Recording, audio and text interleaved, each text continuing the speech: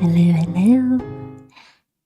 What's up, gamers? My little book slugs. Have you had a lovely week since Friday? You know what it is? It's already Wednesday, which means we're halfway through the week. And 2 more days, and it's Friday, and then it's a weekend. And on Fridays, we also hang out, so that's a great day. How you guys doing? How you doing? It took me longer than usual to start the stream because Gizmo was just walking back and forth on my desk and not letting me start. He was just like back, forth, ass right up in my face. And sometimes he gets a poopy butt because I don't know why. He doesn't know how to wipe properly. And so sometimes he has shit stuck to his tail. This time he didn't, but kinda gross. Good morning, Silva and hi, Nayola. How you guys doing? You know, I realized on Friday we stopped in the middle of a chapter. We didn't even finish the chapter, so we can't even start like a fresh start on chapter, I think 11 or 12. We have to finish the one we started. Waiting for a 3D print? Oh, what you 3D printing? What you getting?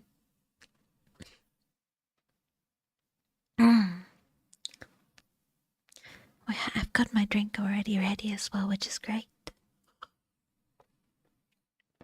Some new syrups for the soda stream came in today, so I've got some 7-Up. It's a mount for a keyboard to a VESA mount. Ah, well, that's pretty cool. What the hell? I also got a soda stream. Soda stream's kind of goated, honestly. It's like so convenient because you don't have to have like a billion big ass bottles in your house. You kind of just use that bitch, fizz it up, pour in a little bit of soda, like liquid syrup. Yeah, syrup. And then you're good to go. It's fucking amazing. I only bought it honestly because I saw it in a grocery store that I never go to, half off. So instead of 70 euros, it was 35. And I was like, if I go out of the store now and don't buy it, I know tomorrow I'm gonna be upset with myself if I didn't buy it and be like, why didn't I buy it? So I bought it anyways. I just do X Game and got 2 new flavors. Oh, which ones do you get? Yeah, you told me about that. I don't. You said last time that you've got the X Gamer one. Which flavors you got? I've been thinking about like getting an energy powder for it as well. Like my grocery store sells like a some, like a Hatsune Miku flavor. I think it's like bubblegum or blue raspberry or some shit. So I might try that one out. I do find them quite expensive. But then again, you don't need too much of the powder usually.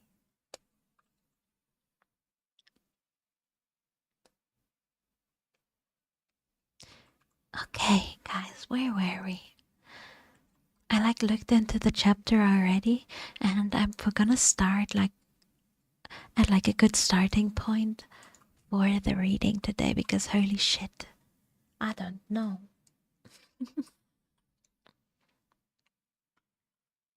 So I don't remember which chapter we are on. I think it's like it's chapter 12. We'll start in the middle of chapter 12. Fuck knows how much we have to go to chapter 13.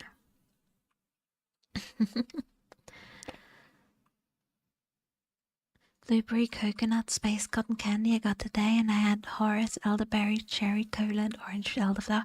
Oh my god. Honestly, orange elderflower sounds fucking banging. I really like elderflower cordial. And like, you know, like Hugo, like it's like a sparkly, like elderflower cocktail drink. Like a wine-ish. That bitch is slapping. I have like a hot Hugo flavored tea. And elderberry is really good as well. I'm so jealous.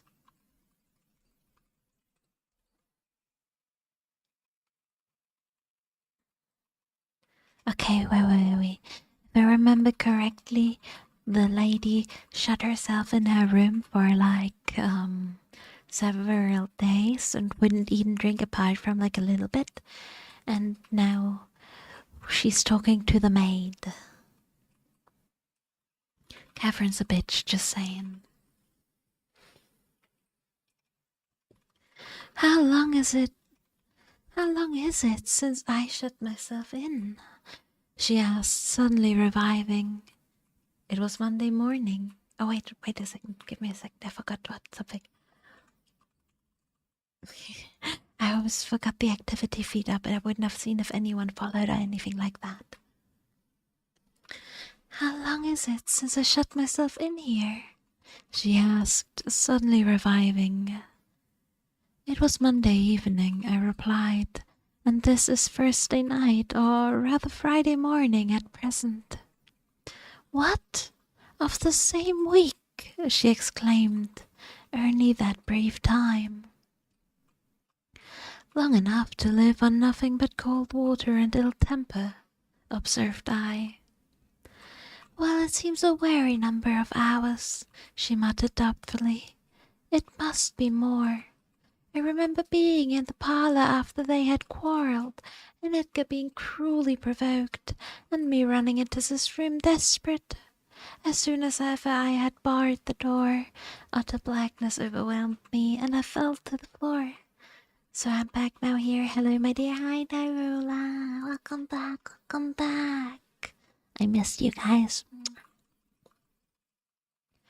I couldn't explain to Edgar how certain I felt of having a fit, or going raging mad, if he persisted in teasing me.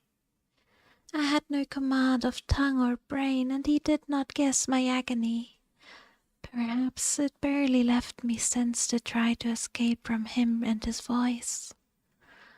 Before I recovered sufficiently to see and hear, it began to dawn, and Nelly, I'll tell you what I thought, and what has kept recurring and recurring till I feared for my reason.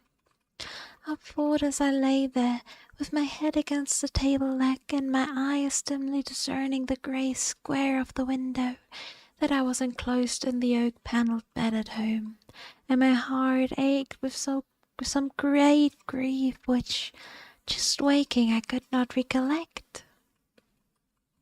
I pondered and worried myself to discover what it could be, and most strangely, the whole last 7 years of my life grew blank. I did not recall that they had been at all. I was a child. My father was buried, and my misery arose from the separation that Hindley had ordered between me and Heathcliff. I was laid alone for the first time, and rousing from a dismal doze after a night of weeping, I lifted my hand to push the panels aside. It struck the tabletop. I swept it along the carpet, and then memory burst in. My late anguish was swallowed in paroxysm of despair. I cannot say why I felt so wildly wretched. It must have been temporary derangement, for there is scarcely cause. But supposing at 12 years old I had been wrenched from the heights and ever early association, and my all in all, as Heathcliff was at the time, and had been converted at a stroke into Mrs. Linton, the lady of Thrushcross Grange, and the wife of a stranger, an exile and outcast, thenceforth, from what had been my world. You may fancy a glimpse of the abyss where I grovelled. Shake your head as you will, Nelly, you have helped to unsettle me. You should have spoken to Edgar. Indeed you should, and compelled him to leave me quiet. Oh, I'm burning. I wish I were out the doors. I wish I were a girl again, half savage and hardy and free, and laughing at injuries, not maddening under them. Why am I so changed? Why does my blood rush into a hell of tumult at a few words? I'm sure I should be myself were I once among the heather on those hills. Open the window again wide. Fasten it open. Quick, why don't you move? Hi, Els. How you doing? How you doing? Happy Wednesday. Because I won't give you your death of cold. You won't give me a chance of life, you mean? She said suddenly. However, I'm not helpless yet. I'll open it myself. And sliding from the bed before I could hinder her, she crossed the room, walking very uncertainly, threw it back and bent out, careless of the frosty air that cut about her shoulders as keen as a knife. I entreated and finally attempted to force her to retire, but I soon found her delirious strength much surpassed mine. She was delirious, I became convinced by her subsequent actions and ravings. There was no moon, and everything beneath in misty darkness. Not a light gleamed from any house, far or near. All had been extinguished long ago, and those at Wuthering Heights were never visible. Still, she asserted as she caught her there shining. "Look," she cried eagerly, "that's my room with the candle in it, and the tree swaying before it, and the other candle is Joseph's garret. Joseph sits up late, doesn't he? He's waiting till I come home that he may lock the gate. Well, he'll wait a while yet. It's a rough journey, and a sad heart to travel it, and we must pass by Gimmerton Kirk to go to that journey. We've braved its ghosts often together, and dared each other to stand among the graves and ask them to come. But Heathcliff, if I dare you now, will you venture? If you do, I'll keep you. I'll not lie there by myself.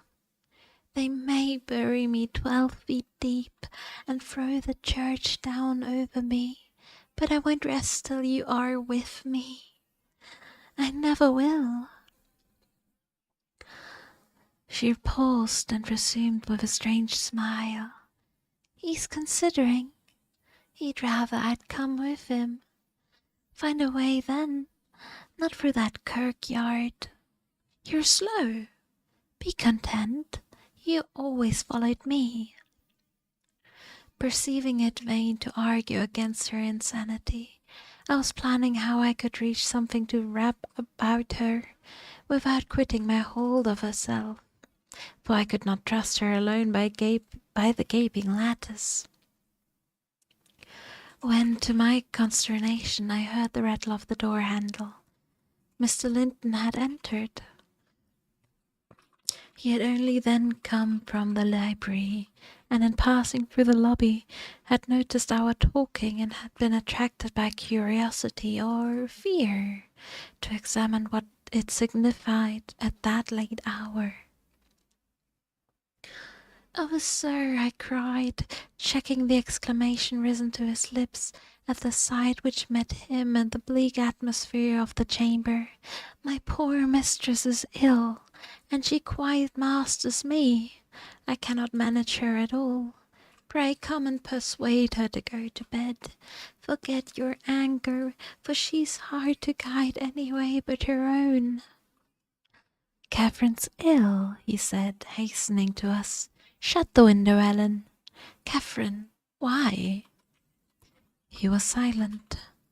The haggardness of Mrs. Linton's appearance smote him speechless, and he could only glance from her to me in mortified astonishment. "She's been fretting here," I continued, "and eating scarcely anything, and never complaining. She would admit none of us till this evening. And so we couldn't inform you of her state, as we were not aware of it ourselves. But it is nothing." "Hi, Jay. How you doing? How you doing? Happy Wednesday. Welcome. I felt I uttered my explanations awkwardly. The master frowned. "It is nothing, is it, Ellen Dean?" he said sternly. You shall account more clearly for keeping me ignorant of this. And he took his wife in his arms and looked at her with anguish. Wednesday? Exactly, it's Wednesday. He's happy to see you, yes. I'm happy to see you too, of course. How you doing? At first she glanced him no glance of recognition. He was invisible to her abstracted gaze. The delirium was not fixed, however. Having weaned her eyes from contemplation the utter darkness, by degrees she centered her attention on him and discovered who it was that held her. Always yay day when you miss an you're too sweet. Ah, you're come, are you, Edgar Linton? She said, with angry animation. You are one of these things that are ever found when least needed, and when you are wanted never. I suppose we shall have plenty of lamentations now. I see we shall. But they can't keep me from my narrow home out yonder, my resting place where I am bound before spring is over. There it is, not among the Lintons, mind, under the chapel roof, but in the open air with a headstone. And you may please yourself whether you go to them or come to me. Pretty fine, for sure. Did my sheets and our clean dishes shall need cleaning, but shan't be the issue. Yes, good job on doing your chores. Dishes is always the worst because of wet food on the plates. It's gross. Catherine, what have you done? Commenced the master. Am I nothing to you any more? Do you love that wretched Heath? Hush, cried Mrs. Linton. Hush this moment. You mention that name and I end the matter instantly by spring from the window. What you touch at present you may have, but my soul will be on that top hill before you lay hands on me again. I don't want you, Edgar. I'm past wanting you. Return to your books. I'm glad to possess a consolation, for all you had in me is gone. Her mind wanders, sir, I am post. She has been talking nonsense the whole evening, but let her have a quiet and proper attendance, and she'll rally. Hereafter we must be cautious how we vex her. I desire no further advice from you, answered Mr. Linton. You knew your mistress's nature, and encouraged me to harass her, and not to give me one hint of how she's been these 3 days. It was heartless. Months of sickness could not cause such change. I began to defend myself, thinking it too bad to be blamed for another's wicked waywardness. Hi, Eddie. How you doing? Welcome. Happy Wednesday. How you doing? I knew Mrs. Linton's nature to be headstrong and domineering, cried I, but I did not know that you wished to foster her fierce temper. I did not know that, to humour her, I should wink at Mr. Heathcliff. I performed the duty of a faithful servant in telling you, and I have got a faithful servant's wages. Well, it will teach me to be careful next time. Next time you may gather intelligence for yourself. The next time you bring a tale to me, you shall quit my service, Ellen Dean, he replied. You'd rather hear nothing about it, I suppose, than Mr. Linton? Said I. Heathcliff has your permission to come according to Miss, and to drop in at every opportunity your absence offers, and purpose to poison the mistress against you? Confused as Catherine was, her wits were alerted at applying a conversation. Great, just trying to find something to watch. What about you? I'm great too. I'm glad to be hanging out today. Continuing our book. We're reading Wuthering Heights by Emily Brontë. but I'm doing great. I'm also glad that it's December, so it's close to Christmas time, which means I get some work off.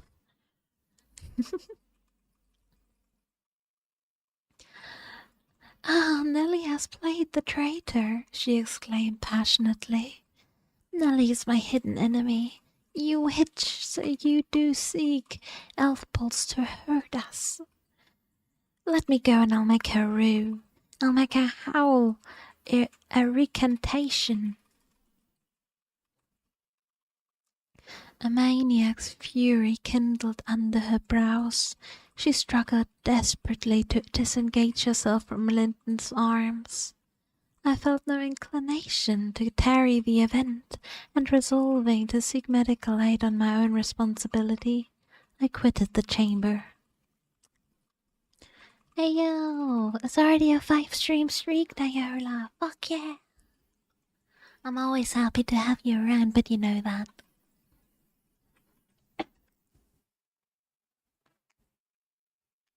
And yes, I do watch anime. I actually watched Gundam Seed Destiny for dinner before stream today.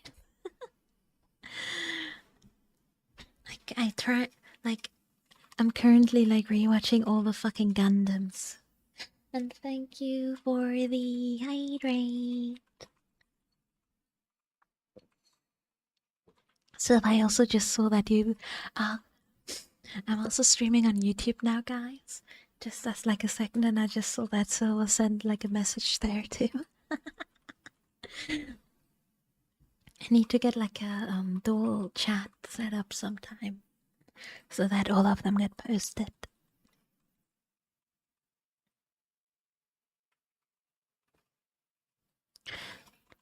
Got a notification, so I had to send something.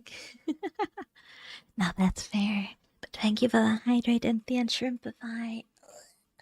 Big stretch.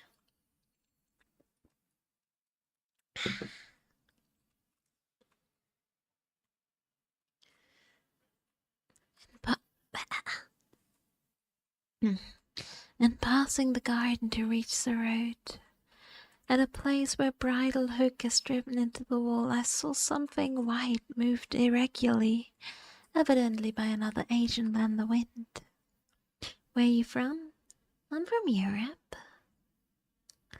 From the breadland.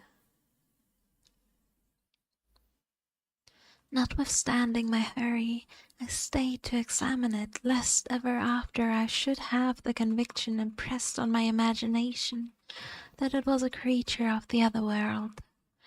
My surprise and perplexity were great on discovering, by touch more than vision, Miss Isabella Springer, Fanny, suspended by a handkerchief, and nearly at its last grasp. I quickly released the animal and lifted it into the garden. I had seen it follow its mistress upstairs when she went to bed, and wondered how much it could have got out of there, and what mischievous person had treated it so.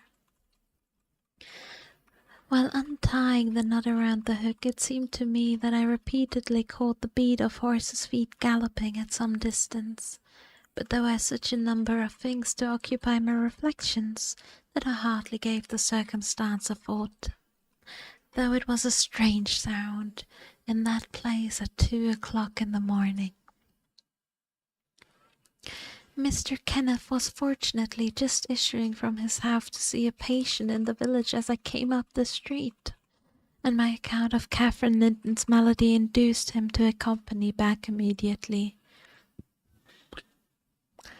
He was a plain, rough man, and he made no scruple to speak his doubts of her surviving the second attack, unless she were more submissive to his directions than she had shown herself before. "Nelly Dean," said he, "I can't help fancying there's an extra cause for this. What has there been to do at the Grange? We've odds reports up here.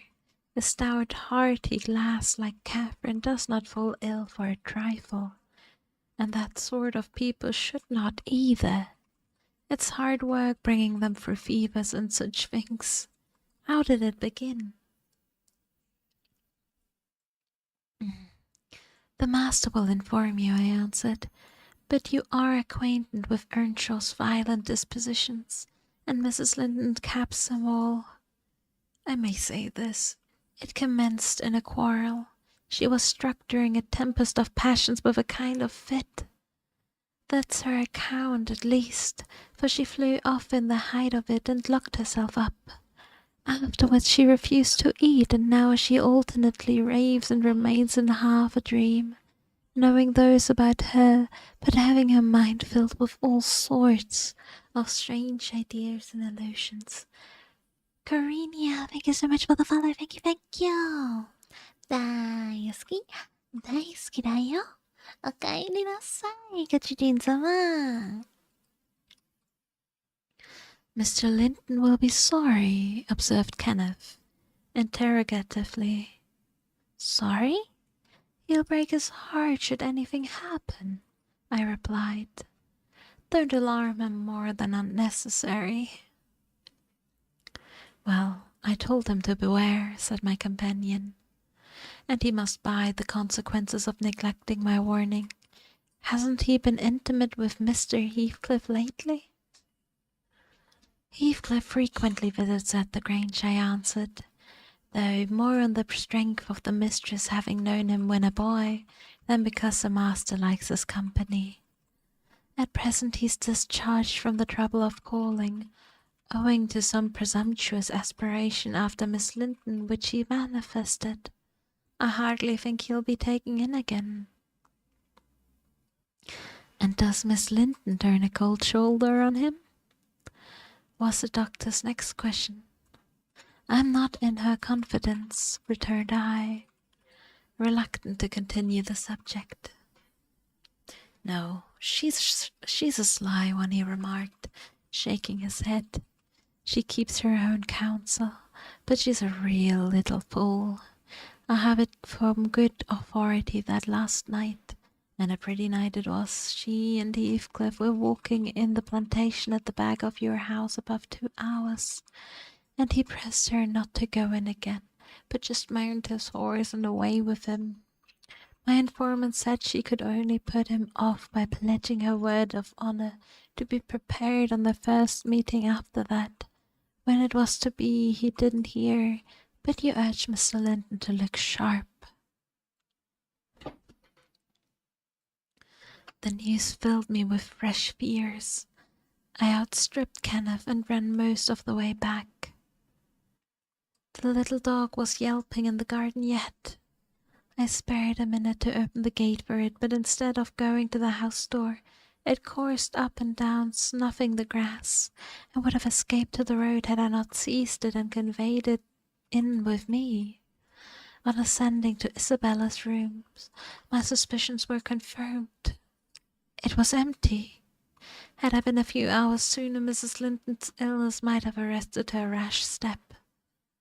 But what could have been done now? There was a bare possibility of overtaking them if pursued instantly. I could not pursue them, however, and I dared not rouse the family and fill the place with confusion. Still, lest unfold the business to my master, absorbed as he was in his present calamity, and having no heart to spare for a second grief. I saw nothing for it but to hold my tongue and suffer matters to take their course. And Kenneth being arrived, I went with a badly composed countenance to announce him. Catherine lay in troubled sleep. Her husband had succeeded in soothing the excess of frenzy. He now hung over her pillow, watching every shade and every change of her painfully expressive features. The doctor, on exclaiming the case for himself, spoke hopefully to him of its having a favourable termination, if we could only preserve around her perfect and constant tranquillity. To me he signified the threatening danger was not so much health as permanent alienation of intellect. I did not close my eyes that night, nor did Mr. Linton. Indeed, We never went back to bed, and the servants were all up long before the usual hour, moving through the house with stealthy tread, and exchanging whispers as they encountered each other in their vocations. Everyone was active but Miss Isabella, and they began to remark how sound she slept. Her brother, too, asked if she had risen, and seemed impatient for her presence, and heard that she showed so little anxiety for her sister-in-law. I trembled lest he should send me to call her, but I was spared the pain of being the first to proclaim it of her flight. One of the maids, a thoughtless girl, who had been on an early errand to Gimmerton, came panting upstairs, open-mouthed, and dashed into the chamber crying, oh dear, what man have we next? Master, our young lady. Hold your noise, cried I hastily, enraged at her clamorous manner. Speak lower, Mary. What is the matter? Said Mr. Linton.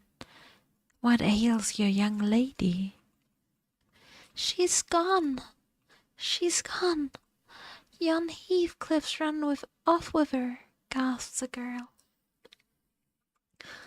That's not true, exclaimed Linton, rising in agitation. It cannot be.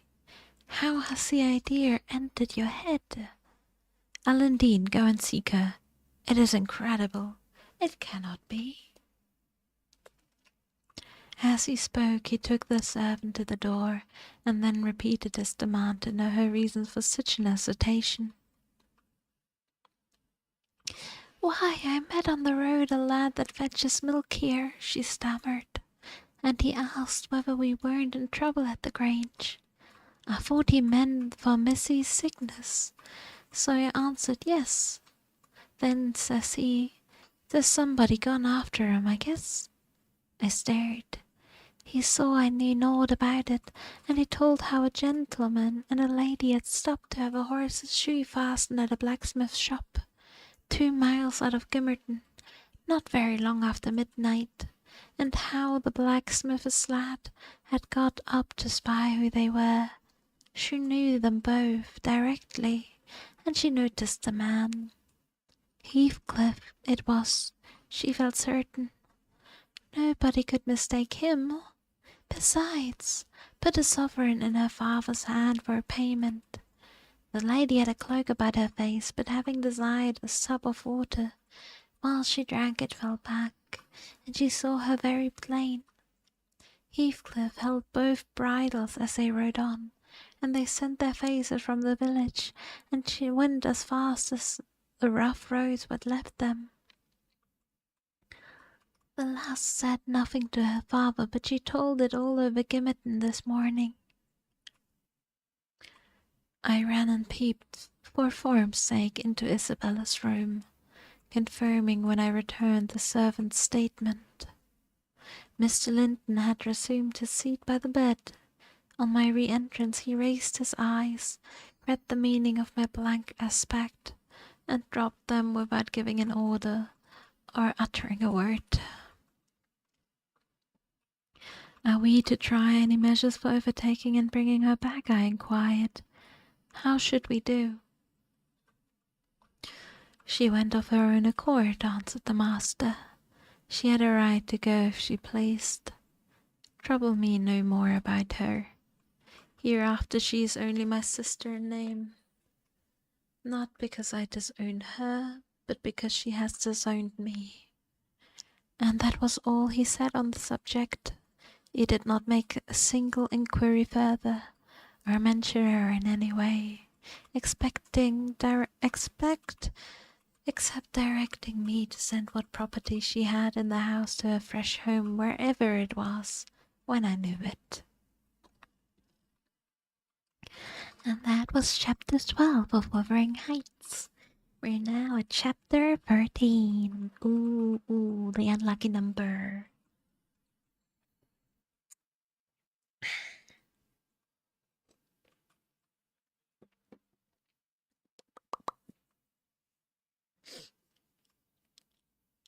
I'll scratch my ear real quick.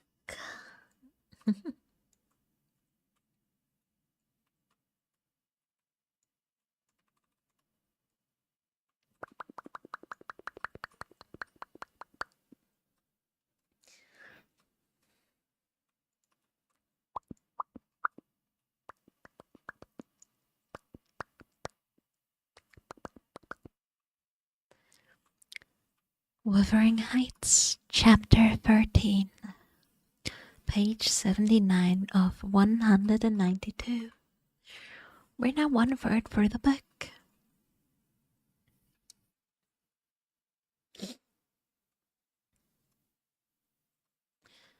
For 2 months the fugitives remained absent.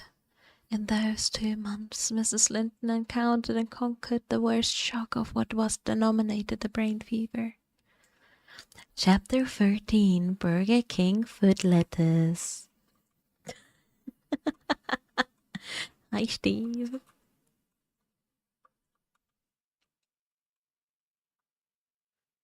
No mother could have nursed an only child more devotedly than Edgar tended her. Day and night he was watching and patiently enduring all the annoyances that irritable nerves and a shaken reason could inflict. And though Kenneth remarked that what he saved from the grave would only recompense his care by forming the source of constant future anxiety. Yeah, that burp needed out. In fact, that his health and strength were being sacrificed to preserve a mere ruin of humanity. He knew no limits in gratitude and joy when Catherine's life was declared out of danger, and hour after hour he would sit beside her, tracing the gradual return to bodily health, and flattering his too sanguine hopes with the illusion that her mind would settle back to its right balance also, and she would soon be entirely her former self. The first time she left her chamber was at the commencement of the following March. Mr. Linton had put on her pillow in the morning a handful of golden crocuses. Her eye, long stranger to any gleam of pleasure, caught them in waking, and shone delighted as she gathered them eagerly together. "These are the earliest flowers at the Heights," she exclaimed. "They remind me of soft fall winds and warm sunshine and nearly melted snow. Edgar, is there not a south wind, and is not the snow almost gone?" "The snow is quite gone down here, darling," replied her husband, "and I only see 2 white spots on the whole range of moors. The sky is blue, and the larks are singing, and the becks and brooks are brimful.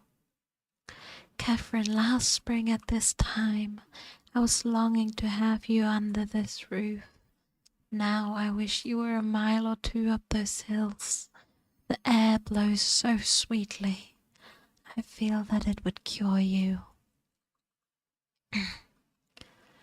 "I shall never be there but once more," said the invalid, "and then you'll leave me, and I shall remain forever. Next spring you'll long again to have me under this roof, and you'll look back and think you were happy today." Linton lavished on her kindest caresses, and tried to cheer her by the fondest words, but vaguely regarding the flowers she let the tears collect on her lashes and stream down her cheeks unheeding. We knew she was really better, and therefore decided that long confinement to a single place produced much of this despondency, and it might be partially removed by a change of scene. The master told me to light a fire in the many weeks deserted parlour, and to set an easy chair in the sunshine by the window, and then he brought her down, and she sat a long while enjoying the genial heat, and, as we expected, revived by the objects around her, which, though familiar, were free from the dreary associations investing her hated sick chamber. By evening she seemed greatly exhausted, yet no arguments could persuade her to return to that apartment, and I had to arrange the parlour sofa for her bed till another room could be prepared. To obviate the fatigue of mounting and descending the stairs, we fitted up this, where you lie at present, on the same floor with the parlour, and she was soon strong enough to move from one to the other, leaning on Edgar's arm. I thought myself she might recover, so waited on as she was, and there was little trouble caused. There was doubt caused to desire it, for on her existence depended that of another. We cherished hope that in a little while Mr. Linton's heart would be gladdened, and his land secured for a stranger's gripe by the birth of an heir. I should mention that Isabella sent to her brother, some 6 weeks from her departure, a short note announcing her marriage with Heathcliff. It appeared dry and cold, but at the bottom was dotted in pencil an obscure apology, and an entreaty for kind remembrance and reconciliation, if her proceeding had offended him, asserting that she could not help it then, and being done she had now no power to repeal it. Linton did not reply to this, I believe, and in a fortnight more I got a letter which I considered odd, coming from the pen of a bride just out of the honeymoon. I'll read it, for I kept it yet. Any relic of the dead is precious, if they were valued living. Gonna have a quick sip.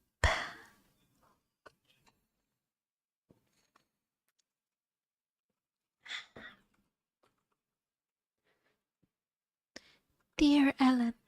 Oh. Mr. Apple, thank you so much for the follow. Thank you, thank you. 大好き大好きだよ。おかえりなさい、ご主人様。What are you doing today? Yumi watering herself is pretty epic, I know, right? Hydrating myself? Shocking. Couldn't be me, I'm just a clone, aren't I? I'm a copy, I'm a doppelganger. And I spilled some.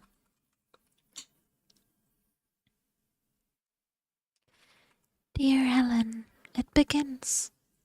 I came last night to Wuthering Heights, and heard for the first time that Catherine has been and is yet very ill. I must not write to her, I suppose, and my brother is either too angry or too distressed to answer what I sent him. Still, I must write to somebody, and the only choice left me is you. I should drink something that isn't X-Gamer, yeah, you should. Get some water or tea. They're healthy for you. Inform Edgar that I'd give the world to see his face again. That my heart returned to Thrushcross Grange in 24 hours after I left it, and is there at this moment, full of warm feeling for him and Catherine.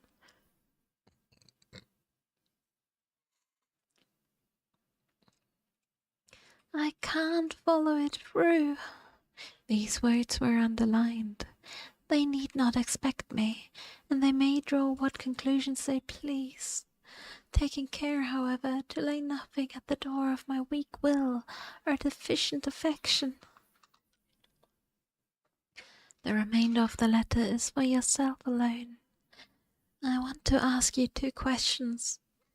The first is, how did you contrive to preserve the common sympathies of human nature when you resided here? I cannot recognize any sentiment with which those around share with me. The second question I have great interest in is this. Is Mr. Heathcliff a man? If so, is he mad? And if not, is he a devil? I shan't tell my reasons for making this inquiry, but I beseech you to explain, if you can, what I have married. That is when you call to see me, and you must, Ellen, very soon. Don't write, but come and bring me something from Edgar.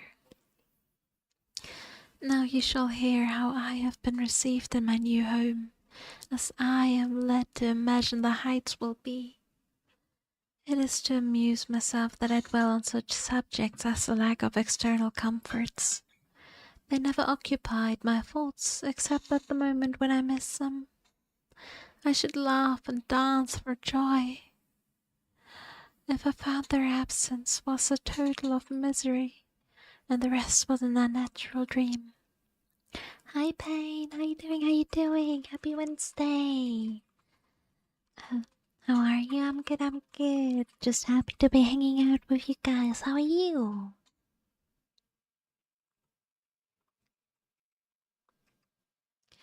The sun set behind the grange as we turned onto the moors. By that, I judged it to be 6 o'clock, and my companion halted half an hour to inspect the park and the gardens, and probably the place itself as well as he could.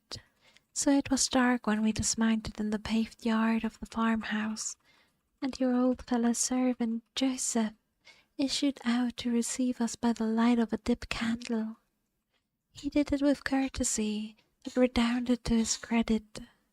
His first act was to elevate his torch to a level with my face, squint malignantly, project his underlip, and turn away. Then he took the 2 horses and led them into the stables, reappearing for the purpose of locking the outer gate, as if we lived in an ancient castle. Heathcliff stayed to speak to him, and I entered the kitchen, a dingy, untidy hole. I dare say you would not know it. It is so changed since it was in your charge. By the fire stood a ruffianly child, strong in limb and dirty in garb, with a look of Catherine in his eyes and about his mouth. This is Edgar's legal nephew, I reflected. Mine in a manner. I must shake his hands, yes, and yes, I must kiss him. It is right to establish a good understanding at the beginning. I approached and, attempting to take his chubby fist, said, "How do you do, my dear?" He replied in a jargon I did not comprehend. "Shall you and I be friends, Hareton?" was my next essay at the conversation. An oath and a threat to set the throttler on me if I did not frame off rewarded my perseverance. "Hey, throttler, lad," whispered the little wretch, rousing a half-bred bulldog from his lair in a corner. "What now? Wilt thou be ganging?" he asked authoritatively. Love for my life urged the compliance. I stepped over the threshold to wait till the others should enter. My Heathcliff was nowhere visible, and Joseph, whom I followed to the stables, requested to accompany me in, after staring and muttering to himself, screwed up his nose and replied, "Mim, mim, mim. Did ever Christian body hear aught like it? Muncing and munchin'. How can I tell what you say?" "I say, I wish you to come with me into the house," I cried, thinking him deaf, yet highly disgusted at his rudeness. "None of me. I gotten something else to do," he answered, and continued his work, moving his lantern jaws meanwhile, and surveying my dress and countenance, the former a great deal too fine, but the latter I'm sure as sad as he could desire, with sovereign contempt. I walked round the yard and through a wicket to another door, at which I took the liberty of knocking in hopes some more civil servant might show themselves. After a short suspense, it was opened by a tall, gaunt man without handkerchief, and otherwise extremely slovenly. His features were lost in the masses of shaggy hair and hung on his shoulders, and his eyes too were like a ghostly Catherine's, with all their beauty annihilated. "What's your business here?" he demanded grimly. "Who are you?" "My name was Isabella Linton," I replied. "You've seen me before, sir. I'm lately married to Mr. Heathcliff, and he has brought me here, I suppose, by your permission." "Is he come back, then?" asked the hermit, glaring like a hungry wolf. "Yes, we came just now," I said, "but he left me by the kitchen door, and when I would have gone in, your little boy played sentinel over the place, and frightened me off by the help of a bulldog."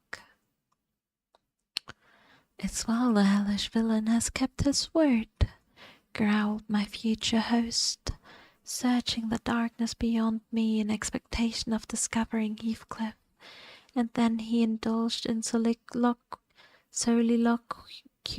of execration. What the fuck is that word?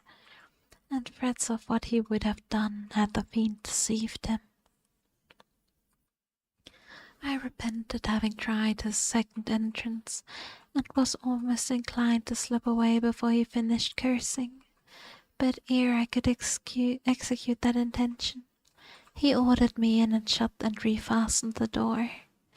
There was a great fire, and that was all the light in the huge apartment, whose floor had grown a uniform grey, and the once brilliant pewter dishes, which used to attract my gaze when I was a girl, partook of similar obscurity created by tarnish and dust. I inquired whether I might call the maid and be conducted to a bedroom. Mr. Earnshaw vouchsafed no answer. He walked up and down with his hands in his pockets, apparently quite forgetting my presence, and his abstraction was evidently so deep, and his whole aspect so misanthropical, that I shrank from disturbing him again. "You'll not be surprised, Ellen, at my feeling particularly cheerless, seated in wearisome solitude on that inhospitable hearth, and remembering that 4 miles distant lay my delightful home, containing the only people I loved on earth, and there might as well be the Atlantic to part us, instead of those 4 miles. I could not overpass him. I questioned myself, where must I turn for comfort? And mind you don't tell Edgar, or Catherine. Above every sorrow beside, this rose preeminent, despair at finding nobody who could or would be an ally against Heathcliff. I had sought shelter at Wuthering Heights, and almost gladly, because I was secured by that arrangement from living alone with him. But he knew the people we were coming amongst, and he did not fear their intermeddling. I sat and thought a doleful time. The clock struck 8 and 9, and still my companion paced to and fro, his head bent on his breast, and perfectly silent, unless a groan or a bitter ejaculation forced him out at intervals. I listened to detect a woman's voice in the house, and filled the interim with wild regrets and dismal anticipation, which at last spoke audibly in repressible sighing and weeping.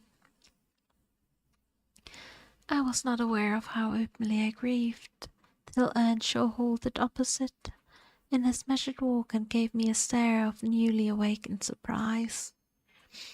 Taking advantage of his recovered attention, I reclaimed, I'm tired with my journey, and I want to go to bed. Where is the maidservant? Direct me to her, as she won't come to me. We have none, he answered. You must wait on yourself. Where must I sleep then? I sobbed. I was beyond regarding self-respect, weighed down by fatigue and wretchedness. Joseph will show you Heathcliff's chambers, said he. Open that door and he is in there. I was going to obey, but he suddenly arrested me and added in a strangest tone, Be so good as to turn your lock and draw your bolt. Don't omit it. Well, I said, but why, Mr. Earnshaw? I did not relish the notion of deliberately fastening myself in with Heathcliff. Look here, he replied, pulling from his waistcoat a curiously constructed pistol, having a double-edged spring knife attached to the barrel. That's a great tempter to a desperate man, is it not? I cannot resist going up with this every night and trying his door. If once I find it open, he's done for. I do it invariably, even though the minute before I have been recalling 100 reasons that should make me refrain. It is some devil that urges me to thwart my own schemes by killing him. You fight against that devil for love as long as you may. When the time comes, not all the angels in heaven shall save him. I surveyed the weapon inquisitively. A hideous notion struck me. How powerful I should be possessing such an instrument. I took it from his hand and touched the blade. He looked astonished at the expression on my face, assumed during a brief second. It was not horror. It was covetousness. He snatched the pistol back jealously, shut the knife and returned it to its concealment. I don't care if you tell him, said he. Put him on his guard and watch for him. You know the terms we are on. I see his danger does not shock you. What has Heathcliff done to you? Asked I.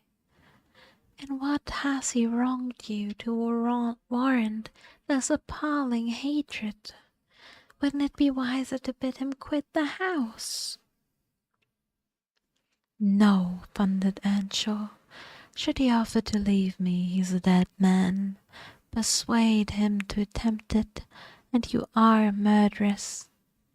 Am I to lose all without a chance of retrieval? Is Hareton to be a beggar? Oh, damnation! I will have it back, and I'll have his gold too. And then his blood, and hell shan't have his soul. I will be 10 times blacker with that guest than I have ever before. You've acquainted me, Ellen, with your old master's habits. He is clearly on the verge of madness. He was so last night at least. I shuddered to be near him, and thought on the servant's ill-bred moroseness as comparatively agreeable. He now recommenced his mood walk, and raised the latch and escaped into the kitchen. Joseph was bending over the fire, peering into a large pan that swung above it, and a wooden bowl of oatmeal stood on the settle close by. The contents of the pan began to boil, and he turned to plunge his hand into the bowl. I conjectured that this preparation was probably from our supper, and being hungry I resolved it should be eatable. So, crying out sharply, I'll make the porridge, I removed the vessel out of his reach and proceeded to take off my hat and riding habit. Mr. Earnshaw, I continued, directs me to wait on myself. I will. I'm not going to act like the lady among you for fear I should starve.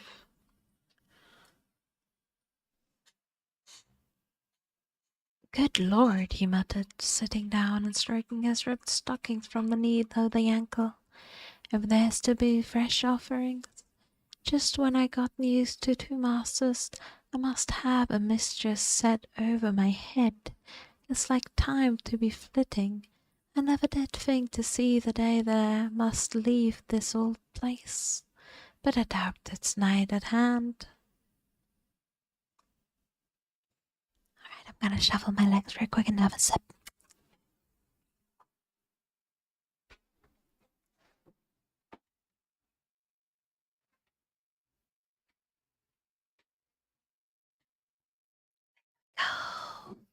Oh, now I've shuffled my legs and now let me have a quick drink.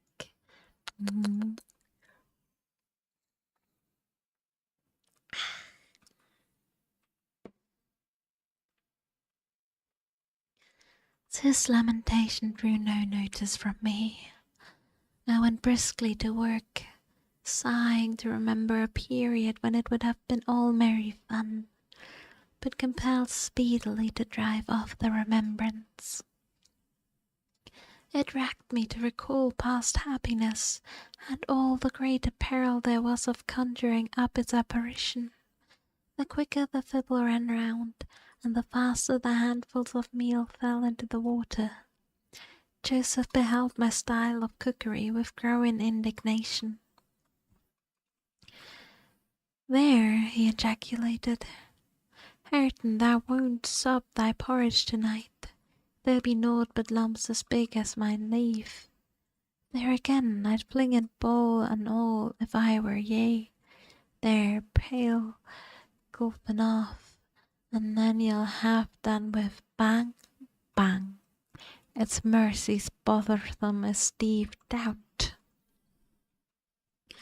It was rather a roughness, I own, when poured into the basins, for had become provided, and a gallon pitcher of new milk was brought from the dairy, which Hareton seized and commenced drinking and spilling from the expansive lip. I expostulated and desired that he should have his in a mug, affirming that I could not taste the liquid treated so dirtily. The old cynic chose to be vastly offended at this nicety, assuring me repeatedly that the barn was every bit as good as I, and every bit as wholesome, and wondering how I could fashion to be so conceited. Meanwhile the infant ruffian continued suckling, and glowered up at me defyingly as he slavered into the jug. I shall have my supper in another room, I said. Have you no place you call the parlour? Parlour, he echoed sneeringly. Parlour? Nay, we know parlours. If you do not like our company, there's masters, and if you don't like the master, there's us. Then I shall go upstairs, I answered. Show me a chamber. I put my basin on a tray and went myself to fetch some more milk.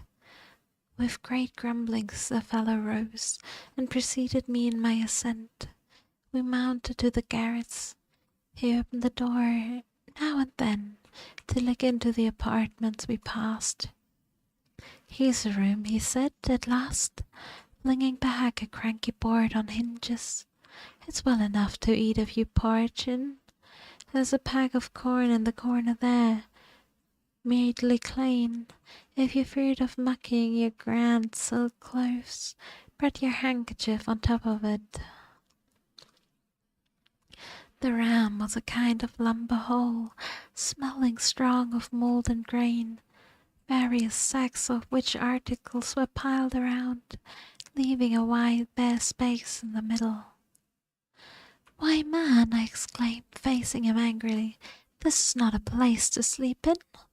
I wish to see my bedroom. Bedroom, he repeated in a tone of mockery. You see all the bedrooms there is? Yon's mine. He pointed into the second garret, only differing from the first and being more naked about the balls, and having a large low curtainless bed, with an indigo-coloured quilt at one end. What do I want with yours? I retorted. I suppose Mr. Heathcliff does not lodge at the top of the house, does he? Oh, it's Master Heathcliff's you're wanting, cried he, as if making a new discovery. Couldn't you have said so at once? And then I must have told ye, bar all this walk, that that's just one of you cannot see. He, alas, keeps it locked, and nobody ever mills on but himself. You've a nice house, Joseph, I could not refrain from observing, and pleasant inmates, and I think the concentrated essence of all the madness in the world took its abode in my brain the day I linked my fate with theirs. However, that is not the present purpose. There are other rooms. For heaven's sake, be quick, and let me settle somewhere.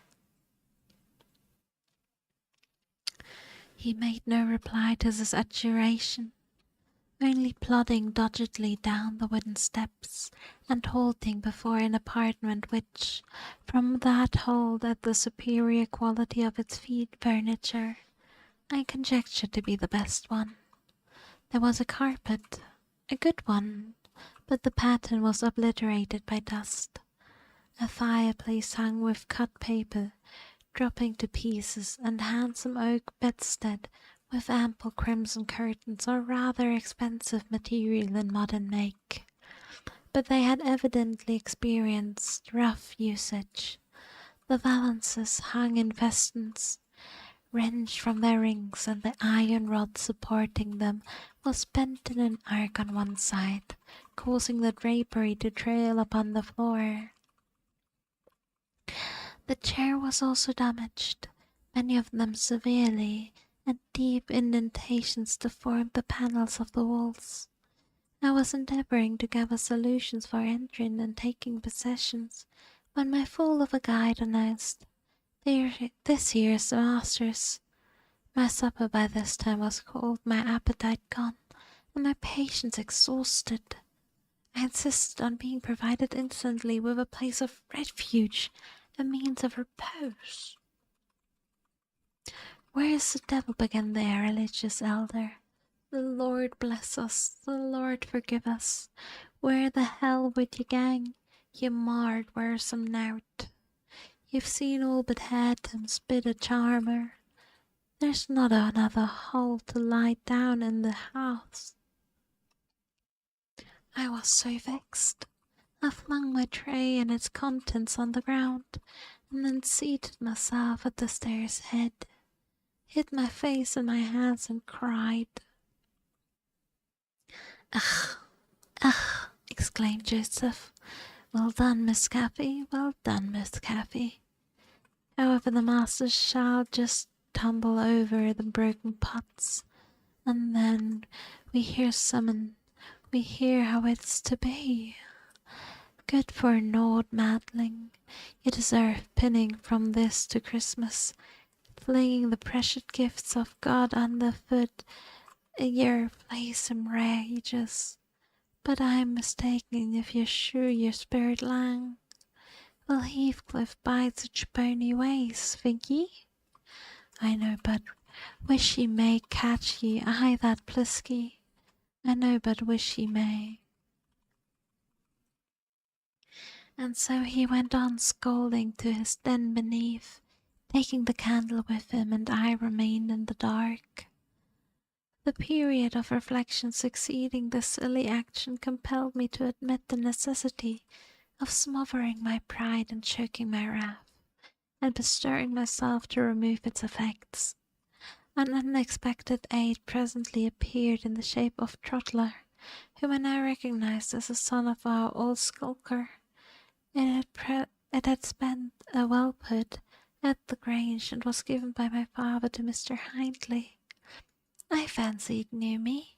It pushed its nose against mine in a way of salute, and then hastened to devour the porridge, while I groped from step to step, collecting the shattered earthenware and drying the spatters of milk from the banister with my pocket handkerchief.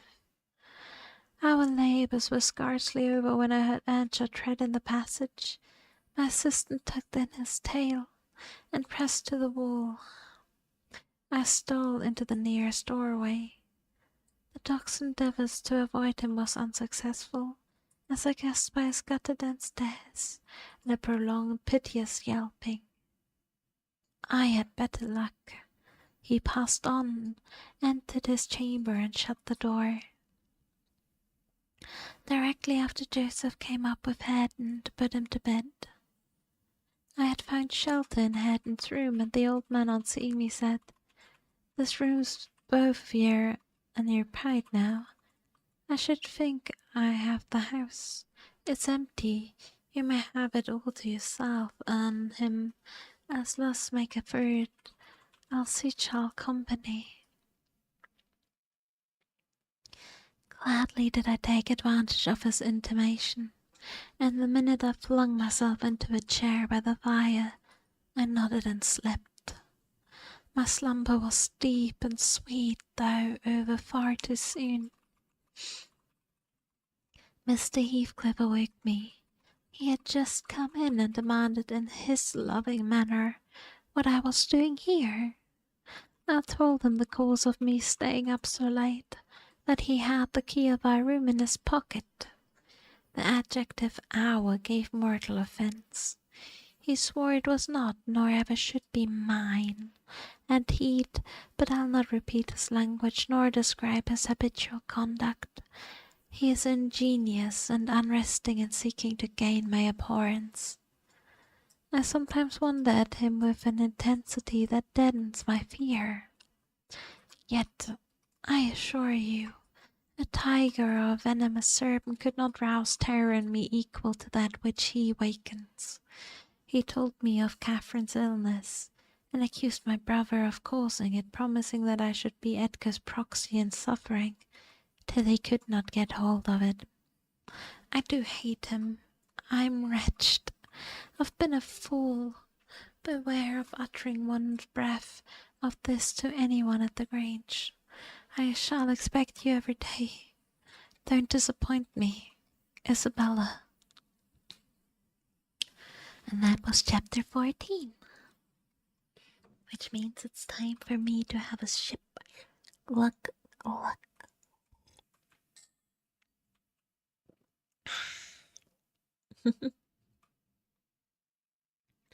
also gotta crack my fingers. I feel kind of like painful. Wait. I wonder if you can hear it.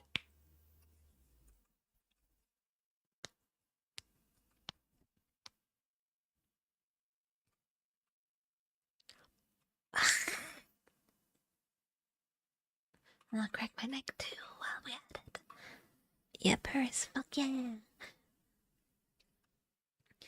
When I was a child, my parents would always get upset with me for cracking my fingers because they thought I'd get arthritis. But honestly, that's kind of bullshit. It makes no sense. You don't get arthritis from cracking your fingers because it's just air bubbles popping. It's not the bones scraping against each other.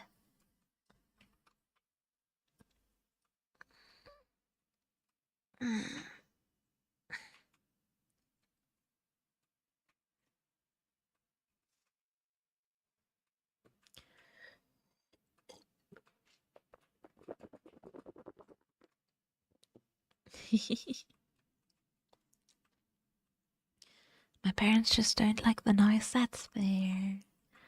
I don't understand because that's a fucking amazing noise. I really like it. It's really pleasant, I think. I think my parents would have told me not to do it because I don't like the noise instead of saying something silly. Because honestly, just not liking the noise is incredibly valid. It's the same for me with a lot of noises.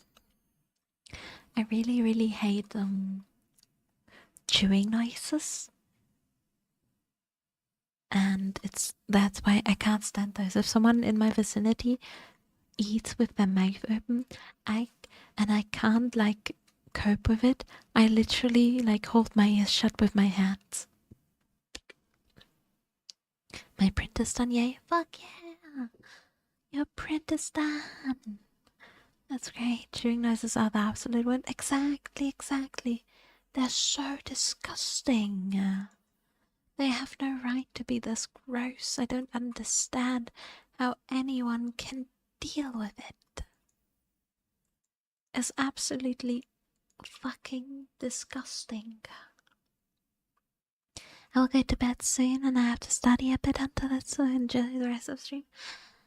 Okay, see you around later. Like good night, and good luck with studying. You can do it. Yeah.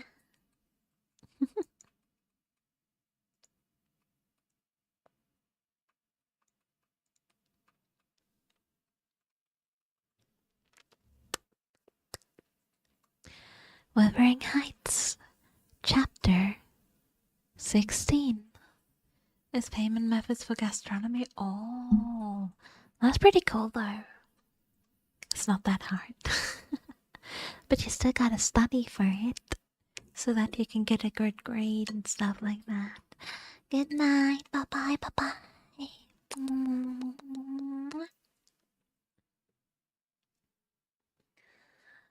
Wuthering Heights, Chapter 16.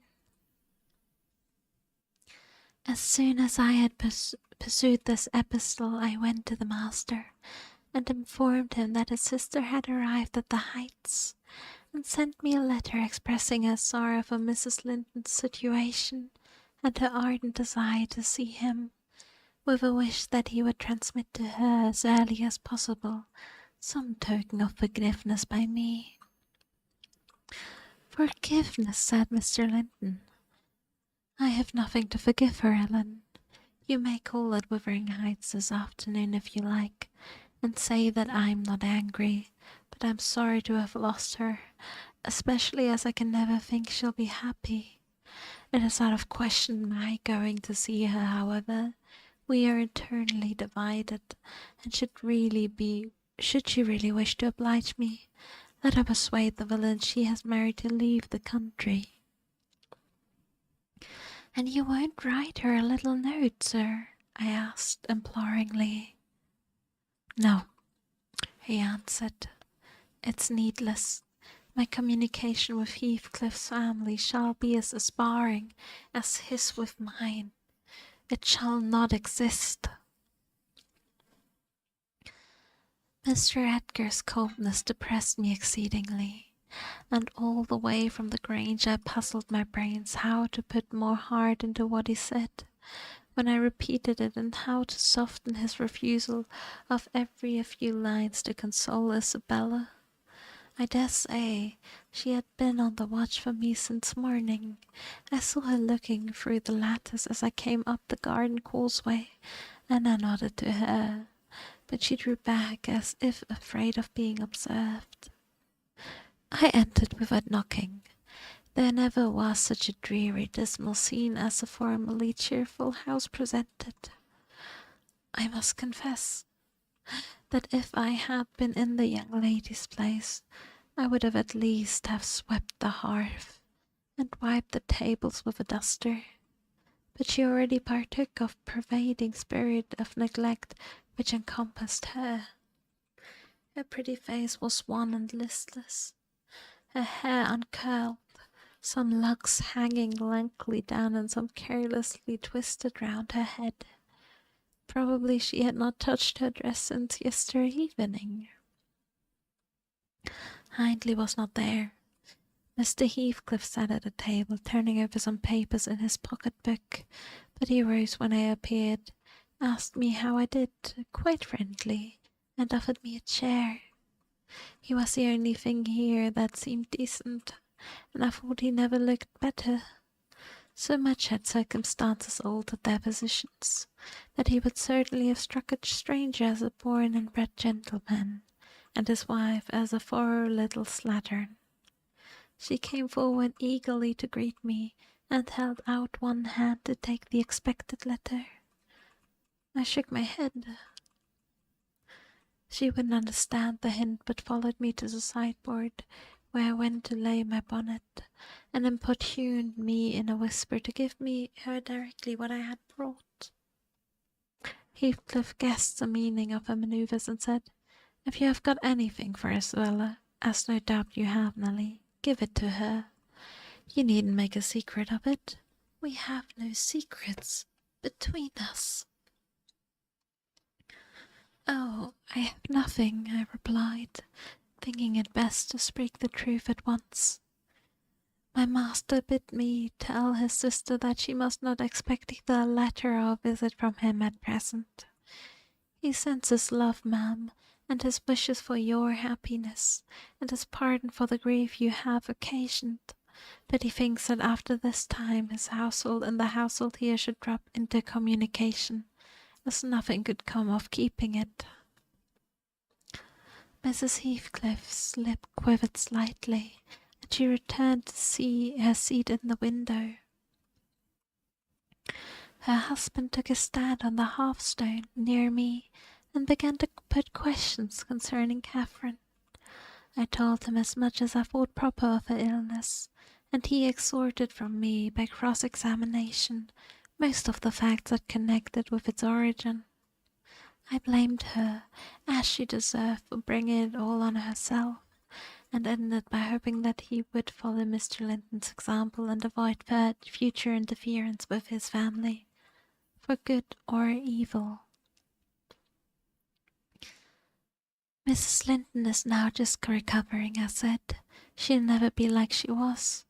But her life was spared, and if you really have a regard for her, you'll shun crossing her way again. Nay, you'll move out of this country entirely, and that you may not regret it, I'll inform you if Catherine Linton is as different now from your old friend Catherine Earnshaw as the young lady is different from me. Her appearance has changed greatly, her character much more so, and the person who is compelled of necessity to be her companion will only sustain his affections hereafter by the remembrance of what she once was, by common humanity and a sense of duty." "That is quite possible," remarked Heathcliff, forcing himself to seem calm. "Quite possible that your master should have nothing but common humanity and a sense of duty to fall back upon. But do you imagine that I shall leave Catherine to his duty and to his humanity? And can you compare my feelings respecting Catherine to his? Before you leave this house, I must exact a promise from you that you'll get me an interview with her. Consent or refuse, I will see her. What do you say?" "I say, Mr. Heathcliff," I replied, "you must not. You never shall, for any means. Another encounter between you and the master would kill her altogether." "With your aid that may be avoided," he continued, "and should there be danger of such an event, should he be the cause of adding a single trouble more to her existence, why, I think I shall be justified in going to the extremes. I wish you had sincerity enough to tell me whether Catherine would suffer greatly from his loss. The fear that she would restrains me. And there you see the distinction between our feelings. Had he been in my place and I in his, though I hated him with a hatred that turned my life to gall, I never would have raised a hand against him. You may look incredulous, if you please. I never would have banished him from her society as long as she desired his. The moment her regard ceased, I would have torn his heart out and drunk his blood. But till then, if you don't believe me, you don't know me. Till then I would have died by inches before I touched a single hair on his head. And yet, I interrupted, you have no scruples in completely ruining all hope of a perfect restoration by thrusting yourself into her remembrance again, when she has nearly forgotten you, and involving her in a new tumult of discord and distress. You suppose she has nearly forgotten me, he said. Oh, Nelly, you know she has not.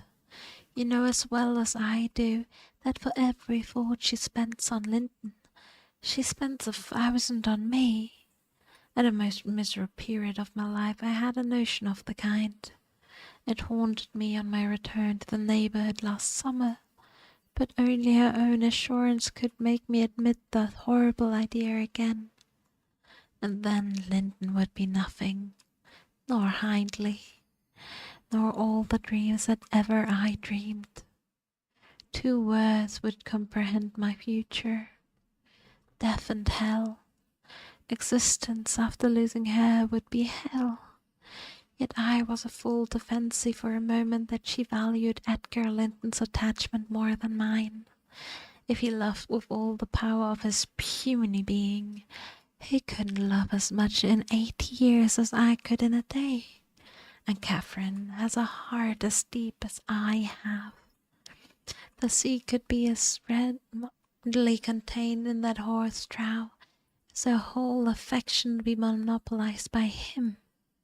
Tish, he's scarcely a degree dearer to her than a dog or her horse.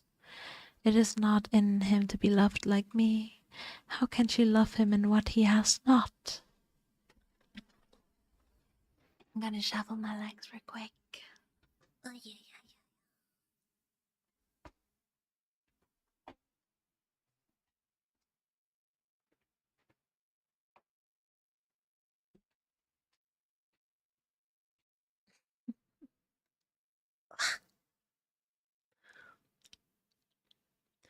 Catherine and Edgar are as fond of each other as any 2 people can be, cried Isabella with sudden vivacity.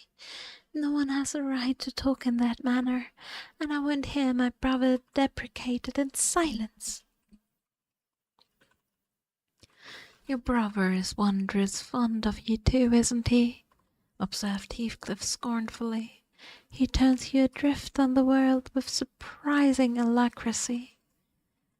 He's not aware of what I suffer, she replied. I didn't tell him that.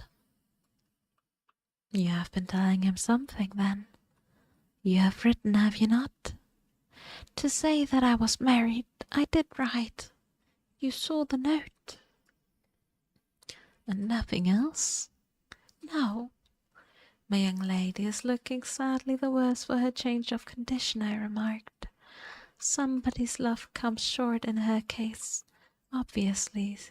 Whose I may guess, but perhaps I shouldn't say. I should guess it was her own, said Heathcliff. She degenerates into a mere slut. She's tired of trying to please me uncommonly early.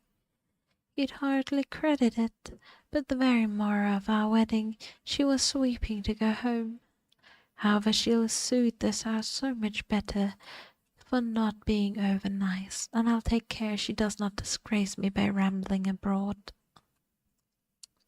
Well, sir, returned I hope you consider that Mrs. Heathcliff is accustomed to be looked after and waited on, and that she has been brought up like an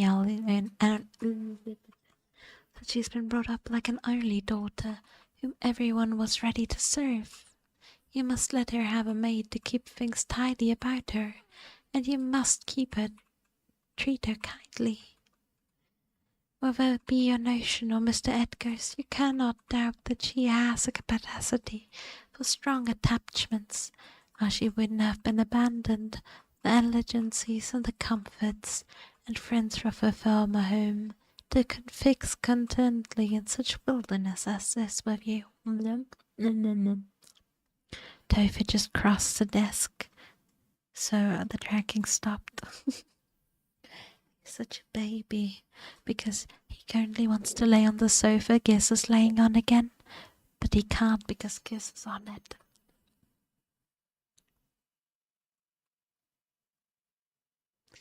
She abandoned them under a delusion, he answered, picturing in me a hero of romance, and expecting unlimited indulgences from my chivalrous devotion. I can hardly regard her in the light of a rational creature, so obstinately has she persisted in forming a fabulous notion of my character, and acting on the false impressions she cherished. But at last I think she begins to know me. I don't perceive the silly smiles and grimaces that provoked me at first, and the senseless incapability of discerning that I was in earnest when I gave her my opinion of her infatuation and herself. It was a marvellous effort of perspicacity to discover that I did not love her. I believed at one time no lesson could teach her that, and yet it poorly learned. But this morning she announced as a piece of appalling intelligence that I had actually succeeded in making her hate me. A positive labor of Hercules, I assure you. If it be achieved, I have cause to return thanks. Can I trust your assertion, Isabella? Are you sure you hate me? If I let you alone for half a day, won't you come sighing and wheedling to me again? I dare say she would rather I had seemed all tenderness before you. It wounds her vanity to have the truth exposed. But I don't care who knows that the passion was wholly on one side, and I never told her a lie about it. She cannot accuse me of showing one bit of deceitful softness. The first thing she saw me do, on coming out of the Grange, was to hang up her little dog, and when she pleaded for it, she saw me do. She what the first saw never. Well, the first words I uttered were a wish that I had the hanging of every being belonging to her except one. Possibly she took that exception for herself, but no brutality disgusted her. I suppose she has an innate admiration of it, if only her precious person were secured from injury. Thank you for the hydrate. Let me have a sip.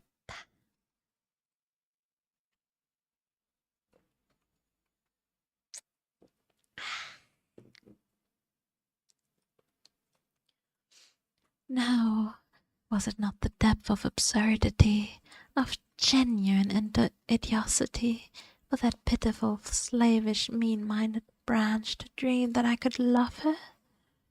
Tell your master, Nelly, that I never in all my life met with such an abject thing as she is.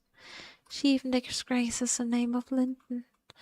I've sometimes relented from pure lack of intervention in my experiments on what she could endure, and still creep shamefully cringing back. But tell him also, to set his fraternal and magisterial heart at ease, that I keep strictly within the limits of the law. I have avoided up to this period giving her the slightest right to claim a separation, and what's more, she'd thank nobody for dividing us. If she desired to go, she might. The nuisance of her presence outweighs the gratification to be derived from tormenting her. Mr. Heathcliff has said, "This is a talk of a madman. Your wife most likely is convinced you are mad, and for that reason she has borne with you hitherto. But now that you say she may go, she'll doubtless avail herself of the permission. You are not so bewitched, ma'am, are you, as to remain with him of your own accord?" "Take care, Ellen," answered Isabella, her eyes sparkling irefully. There was no misdoubting by the expression the full success of her partner's endeavours to make himself detested. "Don't put faith in a single word he speaks. He's a lying fiend, a monster, and not a human being. I've been told I might leave him before. I've made the attempt, but I dare not repeat it. Only, Ellen, promise you'll not mention a syllable of his infamous conversation to my brother or Catherine. Whatever he may pretend, he wishes to provoke Edgar to desperation. He says he's married me on purpose to obtain power over him, and he shan't obtain it. I'll die first. I just hope, I pray, that he may forget his diabolical prudence and kill me. The single pleasure I can imagine is to die, or to see him dead. There, that will do for the present, said Heathcliff. If you're called upon in a court of law, you'll remember her language, Nelly, and take a good look at the countenance. She's near the point which would suit me. No, you're not fit to be your own guardian, Isabella, now, and I, being your legal protector, must retain you in my custody, however distasteful the obligation may be. Go upstairs. I have something to say to Ellen Dean in my private. That's not the way upstairs, I tell you. Why, this is a road upstairs, child. Hi, Farah. How you doing? How you doing? Happy Wednesday. He ceased and thrust her from the room, and returned muttering, I have no pity. I have no pity. The more the worms writhe, the more I yearn to crush on the entrails. It is a moral teething, and I grind with greater energy in proportion to increase of pain. Do you understand what the word pity means? I said, hastening to resume my bonnet. Did you ever feel a touch of it in your life?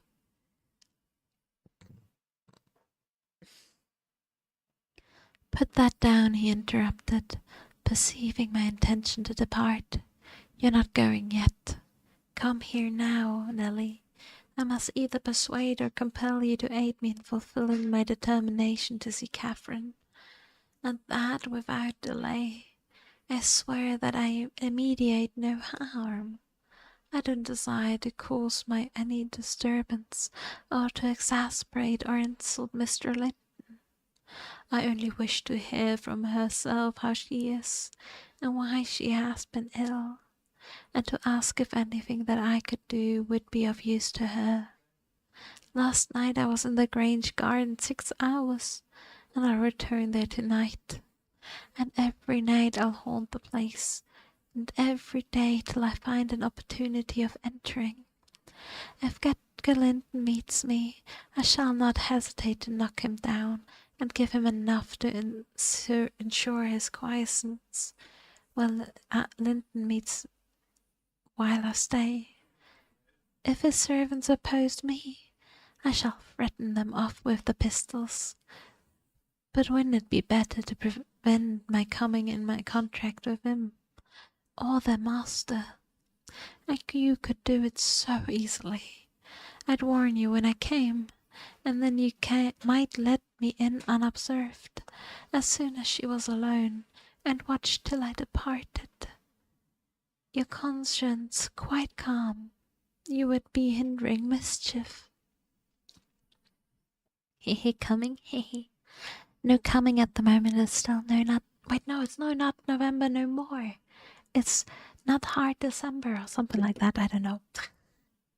You're allowed again. I protested against playing the treacherous part in my employer's house, and besides, I urged the cruelty of selfishness of his destroying Mrs. Linton's tranquillity for his satisfaction. The commonest occurrence startled so painfully, I said. She's all nerves, and she couldn't bear the surprise, I'm positive. Don't persist, sir, or else I shall be obliged to inform my master of your designs, and he'll take measures to secure his house and its inmates from any such unwarrantable intrusions. I believe the phrase is destroy dictus December. Honestly, that makes a lot more sense. Dick destroy December sounds great, or destroy Dick December.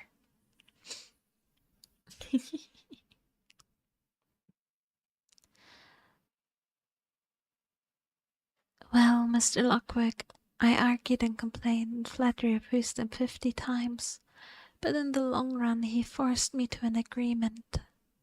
I engaged to carry a letter from him to my mistress, and should she consent, I promised to let him have intelligence of Mr. Linton's next absence from the house, when he might come and get in as he was able. I wouldn't be there, and my fellow servants should be equally out the way. Was it right or wrong? I fear it was wrong, though expedient.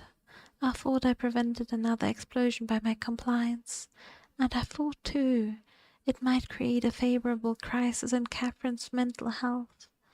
And then I remembered Mr. Edgar's stern rebuke of my carrying tales, and I tried to smooth away all disquietude on the subject by affirming, with frequent iteration, that betrayal of trust, if it merited so harsh an appellation, should be the last.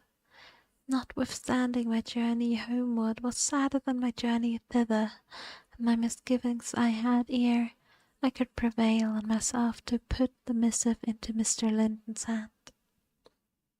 DDD is great. I know, right? It is, isn't it? But here's Kenneth. I'll go down and tell him how much better you are. My history is dree, as we say, and will serve to while away another morning. Dree and dreary, I reflect as a good woman descended to receive the doctor, but not exactly of the kind which I should have chosen to amuse me. But never mind. I'll extract wholesome medicines from Mrs. Dean's bitter herbs. And firstly, let me beware of the fascination that lurks in Catherine Heathcliff's brilliant eyes. I should be in a curious taking if I surrendered my heart to that young person. And the daughter turned out the second edition of the mother. That was chapter 14. Why did I say it was 16 before? It was chapter 14. And we're now on page 91. So I'm gonna have some sippies and a stretch. And then we'll continue. But we gotta make sure the stretches and everything feel good.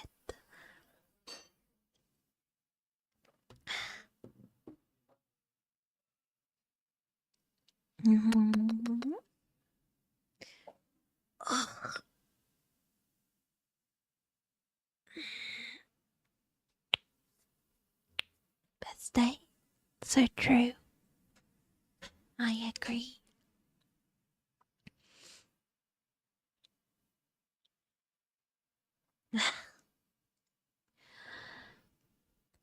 Wuthering Heights, Chapter 15. Another week over, and I am so many days nearer health and spring. I've now heard all my neighbours' history, at different sittings, as the housekeeper could spare time from more important occupations. I'll continue it in her own words, only a little condensed. She is, on the whole, a very fair narrator. I don't think I could improve her style. In the evening, she said, the evening of my visit to the Heights, I knew, as well as if I saw him, that Mr. Heathcliff was about the place, and I shan't going out, because I still carried his letter in my pocket, and didn't want to be threatened or teased any more. I had made up my mind not to give it till my master went somewhere, as I could not guess how its receipt would affect Catherine. The consequence was that I did not reach her before the lapse of 3 days. The 4th was a Sunday, and I brought it into her room after the family were gone to church. There was a manservant left to keep the house with me, and we generally made a practice of locking the doors during the hours of service, but on that occasion the weather was so warm and pleasant that I set them wide open, and to fulfill my engagement, as I knew who would be coming, I told my companion that the mistress wished very much for some oranges, and he must run over to the village and get a few to be paid for on the morrow. He departed, and I went upstairs. Punished Clank, thank you so much for the follow. Thank you, thank you. 大好き大好きだよ。おかえりなさい、ご主人様。How you doing? How you doing? Happy Wednesday! Wednesday! Mrs. Linton sat in a lace white dress, with a light shawl over her shoulders, in the recess of the open window, as usual. Her thick long hair had been partially removed at the beginning of her illness, and now she wore it simply combed in its natural tresses over her temples and neck. Her appearance was altered, as I had told Heathcliff, but when she was calm there seemed unearthly beauty in the change. The flash in her eyes had been succeeded by a dreamy and melancholy softness. They no longer gave the impression of looking at objects around her. They appeared always to gaze beyond, and far beyond. You would have said out of this world. The paleness of her face, its haggard aspect having vanished as she recovered flesh, and the peculiar expression arising from her mental state, though painfully suggestive of their causes, added to the touching interest which she awakened, and invariably to me, I know, and to any person who saw her, I should think, refuted more tangible proofs of convalescence, and stamped her as one doomed to decay. A book lay spread on the sill before her, and scarcely perceptible wind fluttered its leaves at intervals. I believe Linton had laid it there, for she never endeavoured to divert herself with reading or occupations of any kind, and he would spend many hours in trying to entice her attention to some subject which had formerly been her amusement. She was conscious of his aim, and in better moods endured his efforts placidly, only showing their uselessness by now and then suppressing a wearied sigh, and checked him at last with the sadness of smiles and kisses. At other times she would turn petulantly away, and hide her face in her hands, or even push him off angrily, and then he took care to let her alone, for he was certain of doing no good. Gimmerton chapel bells were still ringing, and the full mellow flow of the beck in the valley came soothingly on the ear. It was a sweet substitute for the yet absent murmur of the summer foliage, which drowned that music about the grange when the trees were in leaf. At Wuthering Heights it was always sounded on quiet days following a great fall or a season of steady rain, and of Wuthering Heights Catherine was thinking as she listened. That is, if she thought or listened at all. But she had the vague, distant look I mentioned before, which expressed no recognition of material things either by ear or eye. "There's a letter for you, Miss Linton," I said, gently inserting it in one hand that rested on her knee. "You must read it immediately, because it wants an answer. Shall I break the seal?" "Yes," she answered, without altering the direction of her eyes. I opened it. It was very short. "Now," I continued, "read it." She drew away her hands and let it fall. I replaced it in her lap and stood waiting till it should please her to glance down. But that movement was so long delayed that at last I resumed. "Must I read it, ma'am? It is from Heathcliff." There was a start and a troubled gleam of recollection, and a struggle to arrange her ideas. She lifted her letter, and seemed to peruse it, and when she came to the signature she sighed. Yet still I found she had not gathered its import, for upon my desiring to hear her reply, she merely pointed to the name and gazed at me with mournful and questioning eagerness. "Well, he wishes to see you," said I, guessing her need of an interpreter. "He's in the garden by this time, and impatient to know what answer I shall bring." As I spoke, I observed a large dog lying on the sunny grass beneath raise its ears as if about to arc, and then, smoothing them back, announcing by a wag of the tail that someone approached whom he did not consider a stranger. Mrs. Linton bent forward and listened breathlessly. The minute after, a step traversed the hall. The house was too tempting for Heathcliff to resist walking in. Most likely he supposed that I was inclined to shirk my promise, and resolved to trust to his own audacity. While straining eagerness, Catherine gazed towards the entrance of her chamber. He did not hit the right room directly.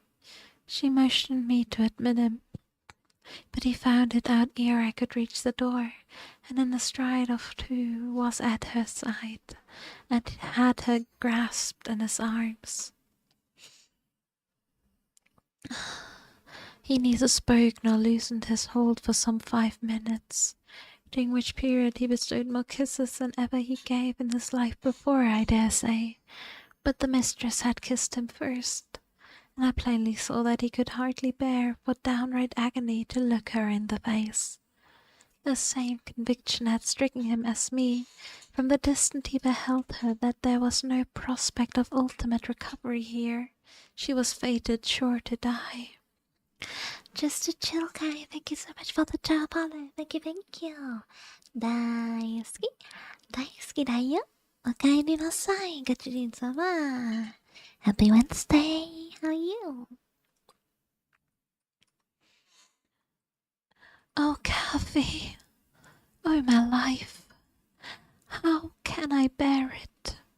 was the first sentence he uttered, in a tone that did not seek to disguise his despair.